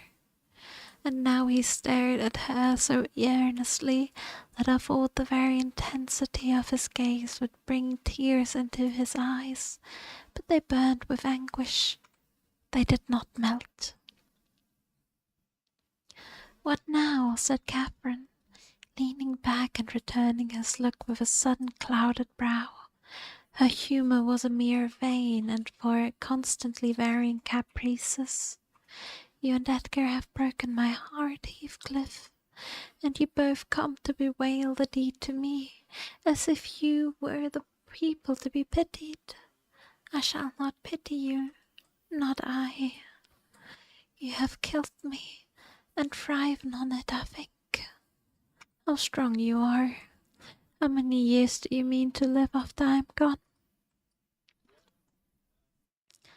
Heathcliff had knelt on one knee to embrace her. He attempted to rise, but she seized his hair and kept him down. "I wish I could hold you," she continued bitterly, "till we were both deaf. But I shouldn't care what you suffered. I care nothing for your sufferings. Why shouldn't you suffer? I do. Will you forget me? Will you be happy when I am in the earth? Will you say 20 years hence, 'That's the grave of Catherine Earnshaw. I loved her long ago, and was rich to lose her, but it's in the past. I loved many others since. My children are dearer to me than she was, and at death I shall not rejoice that I are going to her. I shall be sorry that I must leave them. Will you say so, Heathcliff?" "Don't torture me till I'm as mad as yourself," cried he, wrenching his head free and grinding his teeth. The two, to a cool spectator, made a strange, fearful picture. Well might Catherine deem that heaven would be a land of exile to her, unless with her mortal body she cast away her moral character also. Her present countenance had a wild vindictiveness in its white cheek, and a bloodless lip, and scintillating eye, and she retained in her closed fingers a portion of the lock she had been grasping. As to her companion, while raising himself with one hand, he had taken her arm with the other, and so inadequate was his shock of gentleness to the requirement of her condition, that on his letting go I saw 4 distinct impressions left blue in the colourless skin. "Are you possessed with a devil?" he pursued, savagely, "to talk in that manner to me when you are dying? Do you reflect that all those words will be branded in my memory, and eating deeper eternally after you have left me? You know you lie to say I have killed you. And Catherine, you know that I could as soon forget you as my existence. It is not sufficient for your infernal selfishness that while you are at peace I shall writhe in the torments of hell." "I shall not be at peace," moaned Catherine, recalled to a sense of physical weakness by the violent, unequal throbbing of her heart, which beat visibly and audibly on the excess of agitation. She said nothing further till the paroxysm was over. Then she continued, more kindly, "I am not wishing you greater torment than I have, Heathcliff. I only wish us never to be parted. And should a word of mine distress you hereafter, think I feel the same distress underground, and for my sake forgive me. Come here and kneel down again. You never harmed me in your life. Nay, if you nurse anger, that will be worse to remember than my harsh words. Won't you come here again? Do." Gonna shuffle my legs and have a sip.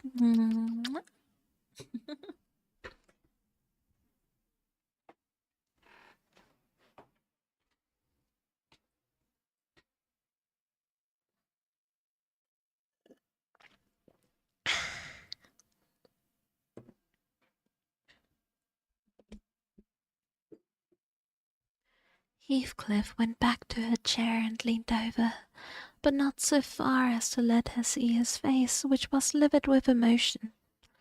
She bent round to look at him.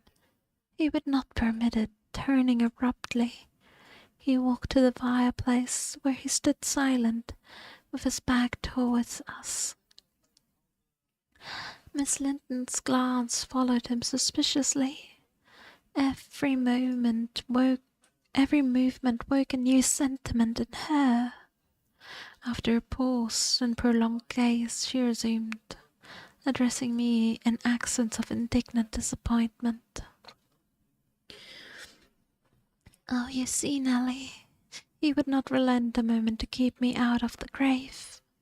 That is how I'm loved. Well, never mind. That is not my Heathcliff. I shall love mine yet and take him with me. He's in my soul. And," added she musingly, "the thing that irks me most is the shattered prison after all.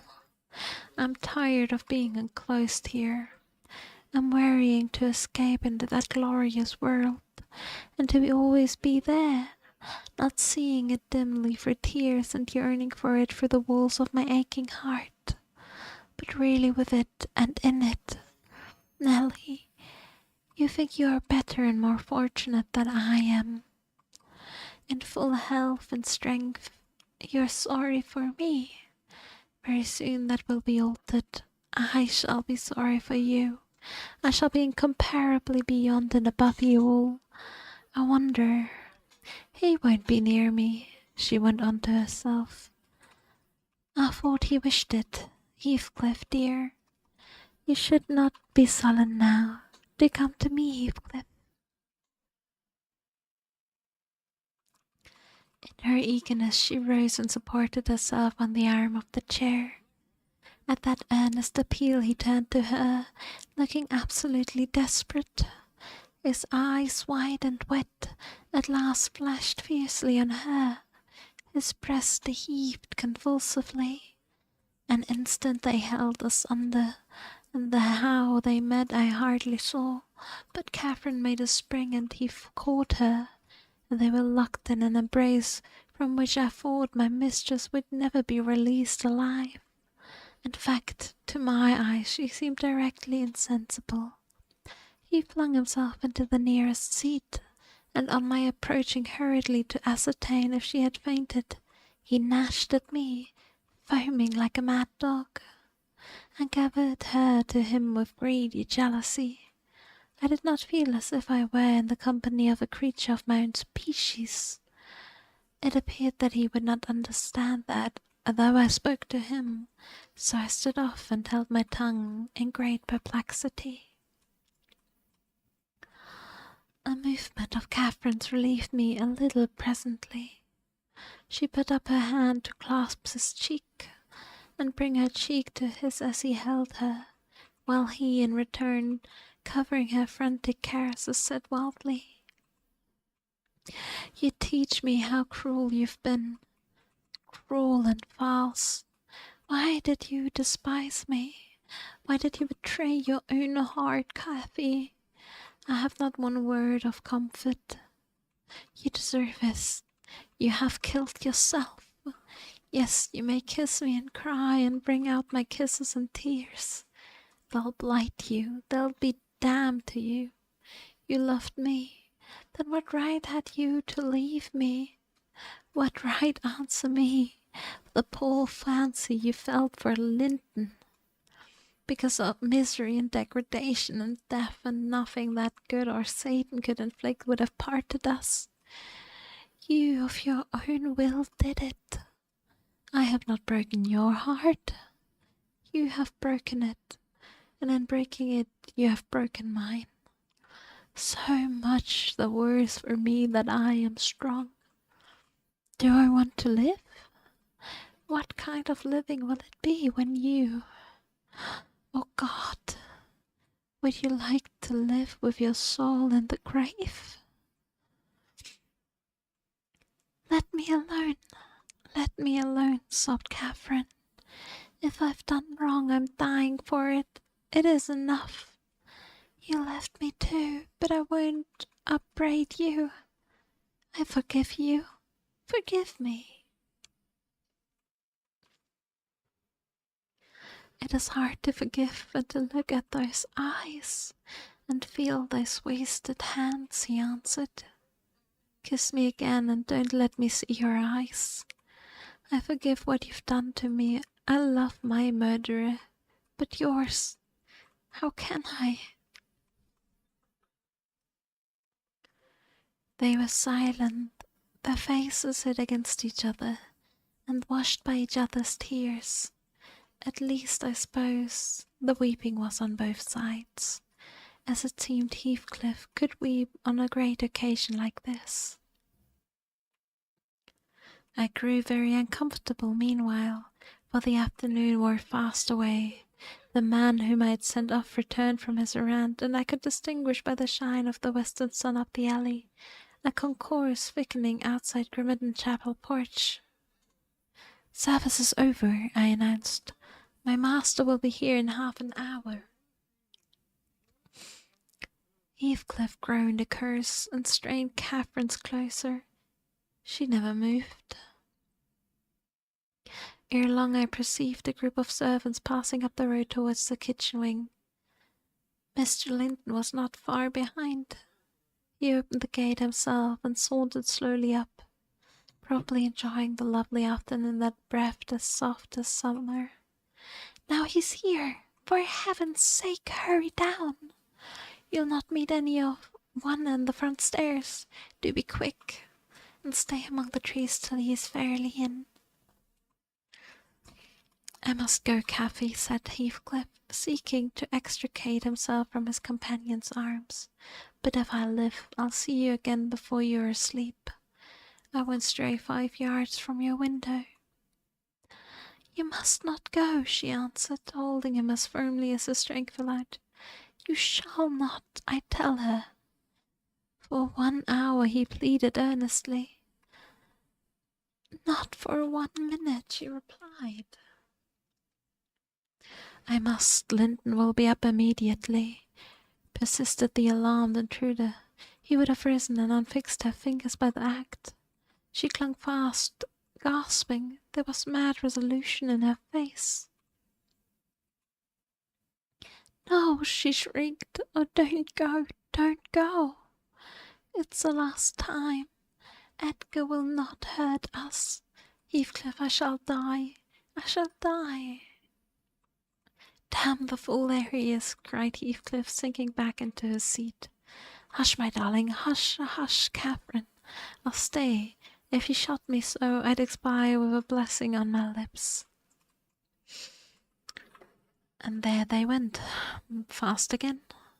I heard my master mounting the stairs. A cold sweat ran from my forehead.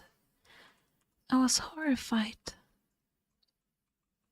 Are you going to listen to her ravings? I said passionately. She does not know what she says. Will you ruin her because she has not wit to help herself? Get up. You could be free instantly. That is the most diabolical deed that ever you did. We're all done here, master, mistress, servant. I wrung my hands and cried out, and Mr. Linton hastened his step at the noise. In the midst of my agitation, I was sincerely glad to observe that Catherine's arms had fallen relaxed. Her head had hung down. She is fainted or dead, I thought. So much better, far better than she should be dead. That lingering a burden and misery make it to all about her. Edgar sprang to his unbidden guest, blanched with astonishment and rage. What he meant to do I cannot tell. However, the other stopped all demonstrations at once by placing the lifeless-looking forms in his arms. Look there, he said, unless you be a fiend. Help her first, then you shall speak to me. He walked into the parlour and sat down. Mr. Linton summoned me, and with great difficulty, and after resorting to any means, we managed to restore her to sensation, but she was all bewildered.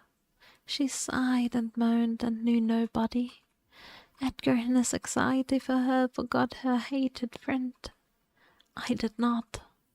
I went at the earliest opportunity and besought him to depart, affirming that Catherine was better, and he should hear from me in the morning how she passed the night. I shall not refuse to go out the doors, he answered, but I shall stay in the garden, and, Nelly, mind you keep your word tomorrow. I shall be under the large trees. Mind, or I pay another visit, whether Linton be in or not. He sent a rapid glance through the half-open door of the chamber, and ascertaining that what I stated was apparently true, delivered the house of his luckless presence. And that, my little bookworms, was chapter 15.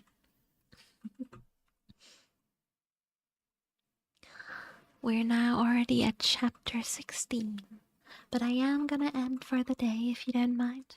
Well, even if you mind, I'm sorry, I'm gonna end because my back is hurting, and I'm gonna take a bit of a stretch and sit down in the living room to feel a little easier on my back. And I will be back on Friday, so we can continue reading the book. Hopefully for longer too. And thank you so much for hanging out. Thank you. I appreciate you. I love you. And I hope I'll see you again on Friday at 9 p.m. CET, 3 p.m. ET. Thank you. Bye-bye. And Peanut of Duty, thank you so much for the follow. Thank you. Daisuki da yo. You can't keep going seated. Yeah, I'm gonna lay down on the sofa, I think, because my neck and my back really hurt at the moment. I don't know why. I think it's a cold. But I will be back on Friday. Take care. I will. I'm gonna rest so that on Friday I'm all back up to speed and we can hang out for longer. Thank you so much for hanging out. Good night. Good night. I love you, and I'll see you again on Friday. Bye bye.